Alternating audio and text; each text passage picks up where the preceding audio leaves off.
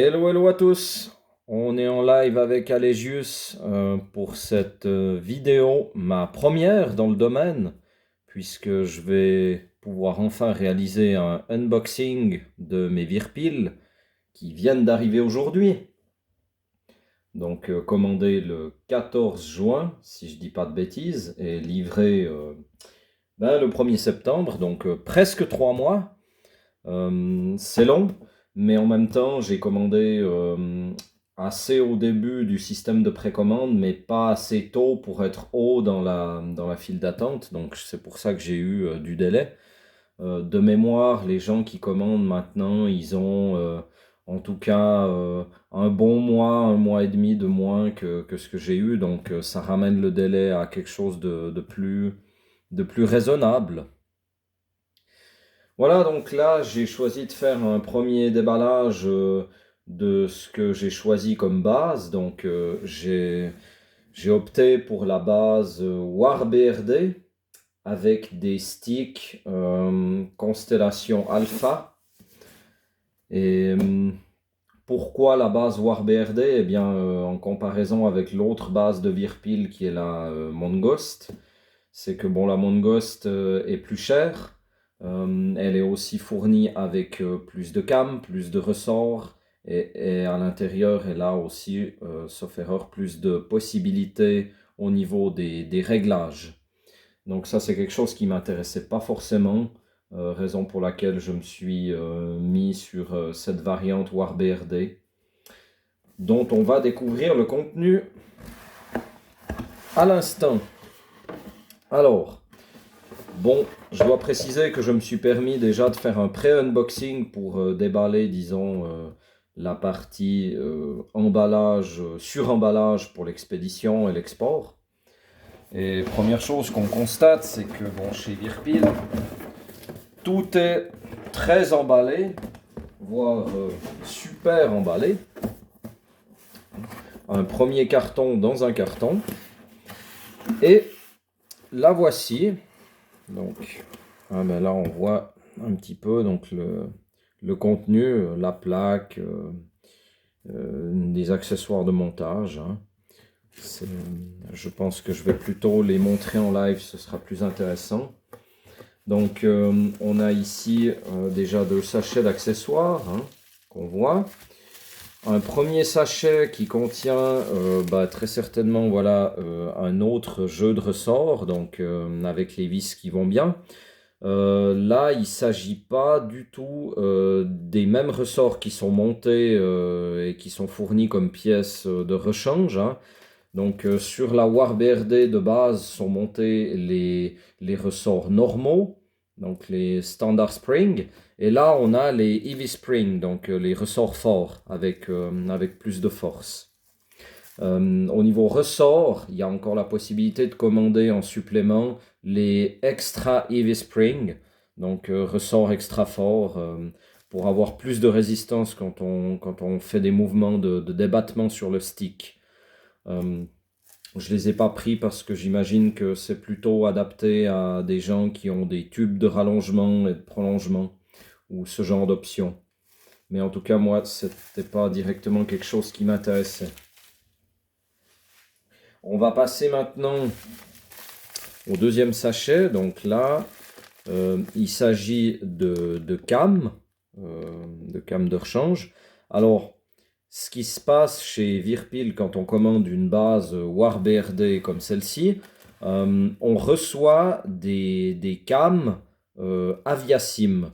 Donc un profil de cam avec une force non linéaire, c'est-à-dire qu'au centre on a peu de force, et plus on éloigne le débattement vers les extrémités du mouvement joystick, et plus la force augmente de manière non linéaire pour avoir un retour et un rendu de ce que pourrait représenter en avia simulation la pression et la force du vent sur les volets d'un avion par exemple. Donc d'usines sont montées les Aviasim Soft Center et là sur ce jeu eh bien, il s'agit des Aviasim No Center, donc profil où on ne sent pas de point au centre. Comment est-ce qu'on peut le vérifier chez Virpil? On le voit ici, il y a des petites encoches et Virpil a mis un nombre d'encoches unique pour pouvoir identifier ces différentes cams. Donc là, c'est No Center avec 3, avec 2 encoches qui sont montées donc, sur la base. On a les Aviasim Soft Center avec une encoche, sauf erreur, c'est les Cosmosim, et avec ou sans centre, ça je peux pas vous dire précisément, j'ai pas la feuille sous les yeux, mais voilà. Donc au niveau des cams, il se trouve que sont fournis les Aviasim. J'ai commandé en supplément les Cosmosim, donc qui sont des cams avec une force linéaire sur toute la course du débattement. C'est-à-dire qu'on n'a pas une augmentation exponentielle sur la fin comme on le voit ici sur le profil. On voit ici cette augmentation sur la fin qui n'est pas linéaire. Voilà pour la petite histoire concernant les cams. Je ne vais pas m'étendre davantage sur le sujet étant donné que je n'ai pas pu expérimenter ni tester. Mais je reviendrai ultérieurement dans une vidéo plutôt compte rendu. Je vais passer maintenant à la deuxième pièce ici, donc, qui semble être le cœur du matériel qu'on attend. Oui, c'est bien ça. Donc la voilà, avec son câble USB.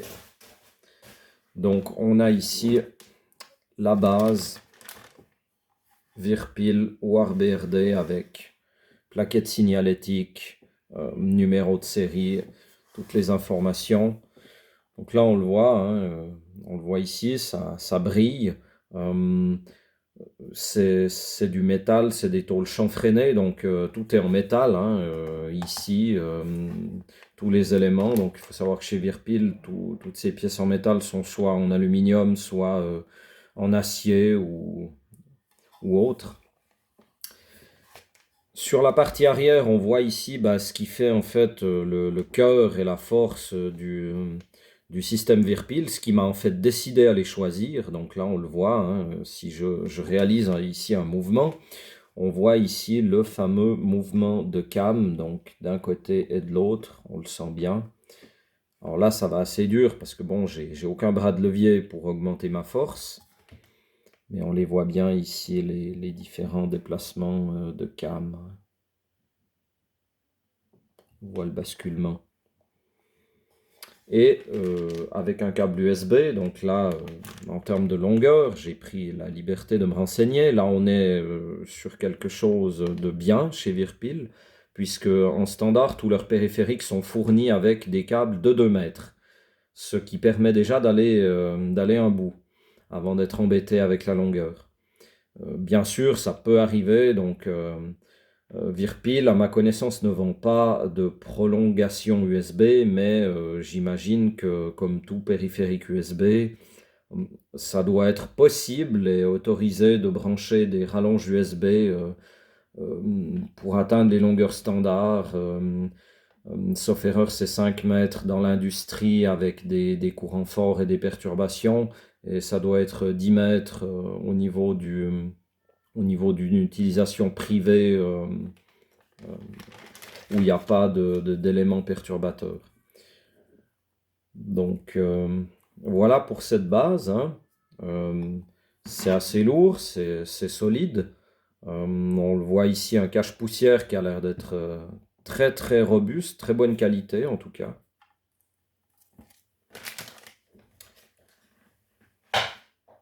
Je vais maintenant passer à la dernière partie, puisque j'ai encore un carton ici, bien que ce carton était annoncé comme le carton d'emballage de la base WarBRD. J'ai ce carton et là j'ai rien d'autre. Donc encore 7 éléments que j'imagine être le grip. On va découvrir ça ensemble. Première sensation, première fois que je le prends dans les mains. Et le voilà. Le voilà, donc le fameux grip Constellation Alpha, nouveau produit phare de Virpil, depuis maintenant quelques mois, voire bientôt une année, si je dis pas de bêtises. Donc là, on l'a dans sa version main droite, hein. Mon première sensation, première impression, c'est lourd, c'est massif. On sent que c'est vraiment de la bonne qualité, en tout cas au niveau du premier ressenti. Un plastique dur, très dur. Euh, L'ergonomie, bon, je vois qu'il y a plein de possibilités de réglage et d'éléments. Du coup, je vais peut-être pas me prononcer trop vite sur l'ergonomie, mais ça me plaît au premier abord. Donc au niveau des fonctionnalités, on a ici une panoplie de boutons à pression. On a deux chapeaux 4 voies avec un mini stick, 2 axes. Et ici, un chapeau 2 voies. Ah non, 4 voies. 4 voies ici encore. Une molette sous forme de signaux à impulsion, en avant, en arrière. Et là, donc, le chapeau, alors qui lui est 2 voies, pour le coup. Donc, chez Virpil, en tout cas dans le Constellation Alpha, il y a 3 chapeaux 4 voies et un chapeau 2 voies. Il n'y a pas chez Virpil de chapeau 8 voies. Ce qui est très appréciable chez Virpil et qui m'a aussi convaincu, c'est le fait que tous ces éléments, en plus d'avoir leur fonction, incluent tous un bouton de pression. Donc le mini-stick a une pression. Tous les chapeaux ont une pression. Même la molette à impulsion a aussi un bouton dans son mode de pression. Ça, je trouve que c'est vraiment quelque chose de très appréciable pour du matériel de ce niveau. Ensuite, là, on a sur la partie avant donc, le fameux brake lever, donc un levier analogique, donc un axe analogique paramétrable. On a ici un bouton à pression. Et puis là, le fameux flip trigger, donc un flip trigger à 2 positions. J'ai pas encore d'idée comment l'utiliser, mais nul doute que je vais lui trouver une fonction. Et là, on a le fameux trigger dual stage, donc avec un premier cran, et on le sent, un deuxième cran, donc premier, deuxième. Voilà. Ensuite, sur la partie inférieure, on a ici donc le système de verrouillage pour le monter sur la base. Et ici, le connecteur qui va servir à raccorder le stick. Puisque il faut savoir que chez Virpil, la base WarBRD qu'on a ouverte juste avant, elles contiennent en fait pas d'intelligence. Elles ont une électronique purement fonctionnelle pour connecter les capteurs de mouvement de position XY, mais que toute l'intelligence électronique, en fait, les paramétrages, les proms, tout est stocké dans le stick. Donc là, ce connecteur ici qu'on peut tirer et le faire sortir de son emplacement pour pouvoir faciliter le raccordement. Donc Virpil dit dans son manuel qu'on peut le sortir jusqu'à environ 3 cm, mais Virpil conseille de ne pas le sortir plus que nécessaire, parce qu'après ils disent que c'est des fois un petit peu compliqué de le rétracter par la suite. On a ici un repose-main, donc qu'on peut bien régler avec une molette, hein, on le voit là, donc on peut carrément ajuster à sa convenance la position du repose-main, donc ça je verrai ça le moment venu. Et puis là, la partie supérieure donc qu'on voit ici, qui d'ailleurs est un caoutchouc souple en fait, et qui sert de diffuseur pour le système LED RGB. Donc on peut injecter ici de la couleur LED via le paramétrage et choisir la couleur qu'on veut. Et je suis arrivé au terme de cet unboxing concernant du coup la base Virpil WarBRD et le grip Constellation Alpha, puisqu'il était emballé dans le même paquet. Je suppose que c'est le cas parce que j'ai choisi de commander ce qu'on appelle un bundle chez Virpil. Donc j'ai commandé une base et un stick dans la même commande, qui d'ailleurs du coup vous fait un rabais de 10% en fait. Donc c'est toujours intéressant à savoir. Et voilà probablement pourquoi c'était emballé ensemble. Mais vous pouvez aussi commander une base seule ou un grip seul, hein, si j'ai des connaissances qui avaient déjà une base Virpil avec le prédécesseur, donc le Constellation Delta, et qui vont commander bientôt le stick Alpha, donc qui commanderont eux que le stick. Je vous remercie de m'avoir suivi, c'était ma première vidéo et du coup je l'ai faite en one shot parce que j'avais pas spécialement envie de prendre trop de temps pour du montage et tout. Donc j'espère que ça s'est bien passé, que vous avez du plaisir à suivre cette vidéo et on se retrouve pour la suite des vidéos unboxing.